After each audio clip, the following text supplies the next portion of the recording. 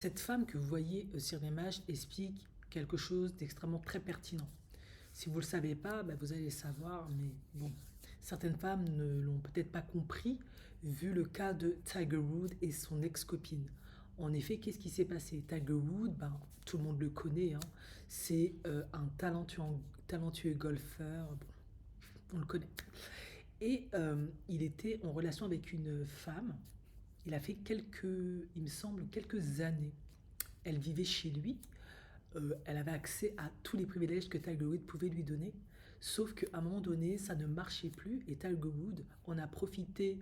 En tout cas, il a dû lui faire comprendre, je vais t'inviter à un petit voyage quelque part. Et elle est partie. Et en revenant, il avait changé les serrures, elle n'avait plus accès à la maison. C'est là qu'elle a compris en fait qu'il s'était débarrassé d'elle. Très classe, mais peut-être qu'il s'est dit, si je lui dis en face, ça va me faire tout un drama, ça va être compliqué. On ne peut pas savoir ce qui se passe dans leur relation, honnêtement. Du coup, elle est partie au tribunal, hein, je vous passe les détails, pour demander la moitié de l'argent qu'il avait, ou une grosse somme d'argent, mais il me semble que c'était la moitié de ce qu'il avait. Je ne sais pas trop comment ça s'est terminé, mais j'ai le sentiment que ça n'a pas vraiment tourné en sa faveur, à mon sens. Du coup, cette femme qui vient là, elle parle pas de ce cas, mais elle parle également de ces femmes qui restent avec des hommes riches et qui espèrent avoir quelque chose à la fin.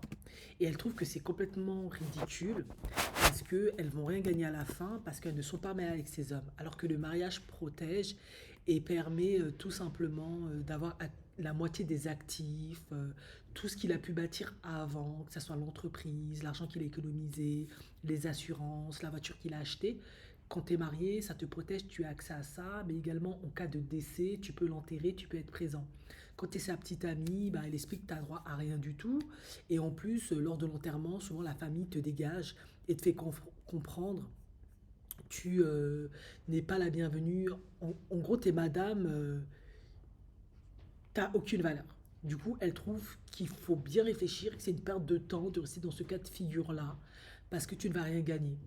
Et c'est exactement le cas de l'ex-petite amie de Tiger Woods, Erika Herman, elle s'appelait. Finalement, j'avais raison, elle a abandonné son procès et elle avait, pour essayer de s'en sortir, fait des allégations de harcèlement S, mais elle a aussi nié les avoir fait. Vous avez compris, quand elle s'est rendue compte qu'elle n'avait aucun droit à l'argent de Tiger Woods, parce qu'elle lui demandait 30 millions de dollars pour avoir été en couple avec lui, ben voilà, elle s'est rendue compte qu'elle ne peut pas gagner, que c'était une perte de temps. Ok, il a passé du temps avec toi, il t'a fait emménager dans son manoir qui coûte 54 millions de dollars de 2015 à 2022, ouais, donc c'est un peu plus de 5 ans. Euh, vous avez vécu une belle vie, il t'a laissé, ça je savais pas, gérer son restaurant du comté de Palm Beach avant et pendant les premières années de votre relation amoureuse. Il t'a fait signer un accord de non-divulgation. Il a dû te donner un peu d'argent, te mettre à l'aise. Déjà, le fait que tu gères son restaurant, c'est que tu as gagné de l'argent et tu as payé. Puis tous les privilèges qui vont à côté, parce que vous doutez bien que Tiger Woods, il a dû lui faire vivre une sacrée belle vie. Sauf que tout ça, bah, selon la loi, ça ne permet pas, comme sa première femme, Erin, qui elle a pris la moitié de sa fortune après toutes les infidélités, tout ce qu'il lui a fait vivre, d'avoir quelque chose. Du coup, voilà, elle a abandonné parce qu'on lui a fait comprendre mais tu vas pas gagner. Il t'a donné ce il t'a donné, maintenant continue ta vie quoi. Passe à autre chose. Et du coup, après, elle a essayé d'utiliser l'agression S pour s'en tirer, mais ça n'a pas marché. Et l'harcèlement S, ça n'a pas marché parce que y a aucune preuve. Bon, bref. Et je peux la comprendre qu'elle soit tentée par l'argent de Tiger Woods parce qu'il pèse 1,1 million de dollars. Donc vous doutez bien, si cet homme-là te donne ne serait-ce que 1% de ce qu'il a, mais t'es faite. Donc je comprends que c'était tentant. Sauf que ce qu'a dit cette femme, c'est exactement vrai. Tu n'es pas marié avec lui, tu n'avais aucun pax, tu n'avais aucun partenariat, tu n'avais rien, donc tu as droit à rien.